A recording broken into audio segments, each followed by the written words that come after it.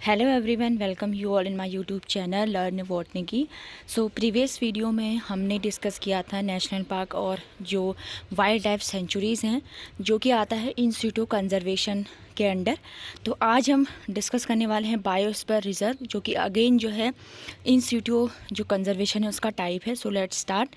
सो अगर हम बात करें बायोस्फीयर रिजर्व, तो सबसे पहले आपको ये पता होना चाहिए कि बायोस्फीयर रिजर्व होते क्या हैं। So basically biosphere reserve are the protected areas meant for the conservation of plants and animal। यानी कि ये भी क्या है, एक तरीके का प्रोटेक्टेड एरिया होते हैं जो कि कंजर्वेशन के लिए बनाए गए हैं प्लांट्स और एनिमल्स के लिए। It also restores the traditional life of the tribal living in the that vicinity. और साथ ही ये जो है कहीं ना कहीं जो उस पर्टिकुलर एरिया में जो ट्राइबल कम्युनिटी रहते हैं उनका भी क्या करते हैं, रिस्टोर करने का काम करता है। They conserve the biodiversity of that area. और साथ ही जो बायोस्फीयर रिजर्व है उस पर्टिकुलर एरिया की जो बायोडाइवर्सिटी है उसको कंजर्व करता है। सो अगर हम बात करें तो बायोस्फीयर जो रिज़र्व होते हैं, क्योंकि ये काफ़ी लार्ज प्रोटेक्टेड एरिया हैं, तो इनका जो एरिया है वो काफ़ी बड़ा होता है, उसको अलग अलग जोन में डिवाइड किया गया है। तो यहाँ पर आप देख सकते हैं एक डायग्राम है जिसमें आप देखोगे जो हमेशा पेपर में क्वेश्चन आता है कि बायोस्फीयर रिजर्व में कितने जोन होते हैं। तो बेसिकली 3 जोन होते हैं, core zone, buffer zone and transition zone. तो अगर हम एक लार्ज एरिया को डिवाइड करें तो सबसे जो अंदर वाला पोर्शन होता है जिसे हम कहते हैं कोर जोन, यानी कि इसमें जो है किसी भी तरीके की ह्यूमन एक्टिविटी अलाउ नहीं है, यानी कि डिफॉरेस्टेशन हो, चाहे वो कोई भी कलेक्शन हो मतलब फॉरेस्ट से, तो वो यहाँ पर कम्प्लीटली प्रोहिबिटेड है। उसके बाहर वाला जो जोन आता है दैट इज़ बफर जोन, जो कि टूरिज्म या फिर ग्रेजिंग ऑफ एनिमल्स के लिए यहाँ पर अलाउ ये होता है, ये वाला प्लेस। नेक्स्ट आता है ट्रांजिशन जोन। ट्रांजिशन जोन में जो है ह्यूमन जो सेटलमेंट है वो अलाउ होता है, क्रॉप कटिंग यहाँ पर अलाउ है। तो यानी कि यहाँ पर आपको ये ध्यान रखना है कि जो कोर जोन है वो सबसे सेंसिटिव जोन है, जो कि जो एरिया है जहाँ पर वाइल्ड लाइफ को प्रोटेक्ट करके रखा जाता है, plants as well as animals को। तो यहाँ पर हम पढ़ भी लेते हैं, जैसे कोर एरियाज़ में आप देख सकते हैं these are strictly protected zones where human activity are limited to ensure the conservation of critical habitats and species. तो यहाँ पर जो है स्ट्रिक्टली जो भी इस जोन में जो है ह्यूमन की एक्टिविटी कम्प्लीटली प्रोहिबिटेड है। यहाँ पर आप देख सकते हैं इस तरीके का एरिया होता है बायोस्फीयर रिजर्व का, जिसको जो है पर्टिकुलर जोन में डिवाइड किया गया है by the government. Buffer zone में आप देख सकते हैं कि ये भी एक सराउंडिंग कोर एरिया से जो सराउंड रहता है। बफर जोन में जो है सस्टेनेबल ह्यूमन एक्टिविटी ये सब अलाउ होती हैं क्या, यानी कि हम कह सकते हैं कि जो बफर जोन है वहाँ पर को एग्जिस्टिंग टाइप का बिहेवियर होता है, यानी कि एनिमल्स भी यहाँ पर और प्लांट्स को भी कंजर्व किया जाता है, साथ ही वो जो है ह्यूमन एक्टिविटी भी एक लिमिटेड मतलब लिमिटेड हम कह सकते हैं कि लिमिटेड टाइप में वहाँ पर जो है अलाउ होती हैं, एक लिमिटेड समय तक वहाँ पर जो है ये एक्टिविटी अलाउ होती है।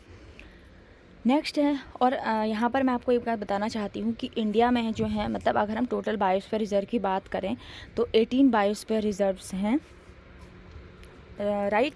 तो यहाँ पर अगर हम बात करें economic and social development in biosphere reserve, तो यहाँ पर जो है sustainable livelihood, traditional knowledge, education opportunity, यानी कि कहीं ना कहीं अगर हम बायोस्फीयर रिजर्व के डेवलपमेंट की बात करें तो बायोस्फीयर रिजर्व जो है वो लोकल जो कम्युनिटी है वहाँ पर इको टूरिज़्म को प्रोवाइड करता है, यानी कि इसकी वजह से क्या हो रहा है कि उस एरिया में जो है टूरिज़्म को मतलब हम कह सकते हैं कि बढ़ावा मिलता है, फार्मिंग होती है, हैंडीक्राफ्ट वगैरह और अदर जो सस्टेनेबल इनकम जनरेटिंग एक्टिविटीज़ है वो यहाँ पर होते रहती हैं। क्योंकि अगर किसी पर्टिकुलर प्लेस में कोई चीज़ फेमस है, अगर वहाँ पर कुछ प्रोटेक्शन है एनिमल्स का, प्लांट्स का, तो वहाँ पर लोग उसे उतनी ज़्यादा हम कह सकते हैं कि संख्या में देखने के लिए आएंगे, वहाँ पर विजिट करेंगे। तो ये क्या है, सस्टेनेबल लाइवलीहुड का एक अच्छा सोर्स है।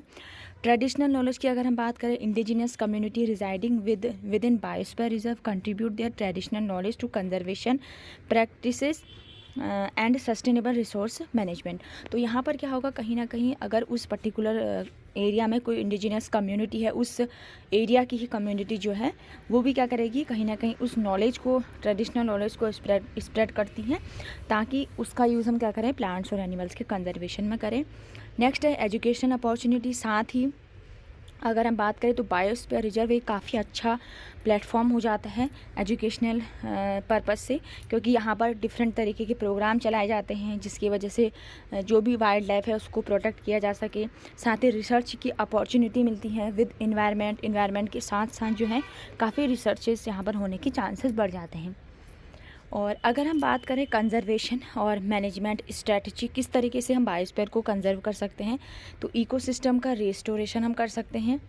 और अगर हम बात करें कोलैबोरेटिव पार्टनरशिप हम कर सकते हैं, यानी कि अगर हम किसी लोकल कम्युनिटी एनजीओ वगैरह के साथ काम करके गवर्नमेंट एजेंसियां जो भी ऑफ़र करती हैं तो वो जो है हम डिसीजन ले सकते हैं, आसानी से कंजर्व करके रख सकते हैं। सस्टेनेबल रिसोर्स यूजेस हम देख सकते हैं कि सस्टेनेबल प्रैक्टिसेस यहाँ पर की जा सकती हैं, राइट। जैसे अगर कोई चीज़ वहाँ पर प्रोहिबिटेड है, यानी कि फ़िशिंग वगैरह वहाँ पर अलाउ नहीं होनी चाहिए, ऐसा कुछ हम प्रोटेक्शन इस तरीके से जो है कर सकते हैं। तो इसको आप पढ़ सकते हैं, काफ़ी इजी है ये सब। और चैलेंजेस क्या फेस करने पड़ते हैं और क्या क्या अपॉर्चुनिटीज़ हैं। तो चैलेंजेस की अगर हम बात करें तो बहुत लोग क्या कर लेते हैं, अगर ज़्यादा यूज़ वहाँ पर अलाउ कर दिया जाए, एक लिमिट में हर चीज़ सही होती है। तो चैलेंजेस में है डिफॉरेस्टेशन करने लग जाते हैं, जिसकी वजह से क्या होगा, हैबिटेट का डिस्ट्रक्शन होगा। अगर हैबिट का डिस्ट्रक्शन हो जाएगा एनिमल्स का या प्लांट्स का, तो कहीं ना कहीं हम कह सकते हैं कि जो है ये जो सिचुएशन है वो इम्बैलेंस हो सकती है और इन्वेसिव स्पीसीज आ जाती हैं कोई भी, और इस तरीके से क्लाइमेट चेंज, ये सब जो है कंडीशन, ये चैलेंजेस काफ़ी फेस करने पड़ते हैं। अपॉर्चुनिटी की बात करें, investing the community engagement, sustainable tourism, capacity building and research can foster conservation success and benefit local community. तो यानी कि अगर हम बात करें अपॉर्चुनिटी की, अगर हम बात करें तो उस कम्युनिटी को कुछ इन्वेस्टिंग करके वहाँ पर पर्टिकुलर एरिया में और सस्टेनेबल टूरिज़्म को वहाँ पर प्रमोट करके, इस तरीके से जो है हम इस तरीके से हमारे पास काफ़ी अपॉर्चुनिटी भी इसके लिए होती है, राइट। तो ये था कुछ बायोस्फीयर रिजर्व के बारे में कि किस तरीके से बायोस्फीयर रिजर्व में प्रोटेक्शन होता है प्लांट्स और एनिमल्स का। और बायोस्फीयर रिजर्व्स की जो कंप्लीट लिस्ट है, कौन कौन से जो बायोस्फीयर रिजर्व में मेन है, तो वो मैं आपको एक शॉर्ट्स वीडियो में प्रोवाइड करा दूँगी। अभी जो है आप इसकी डेफिनेशन और जो भी इंपॉर्टेंट पॉइंट्स हैं वो आप पढ़ सकते हैं, और बाकी वो लिस्ट मैं आपको दे दूँगी। So if you like this video, do like, share and subscribe my channel. Thank you for watching.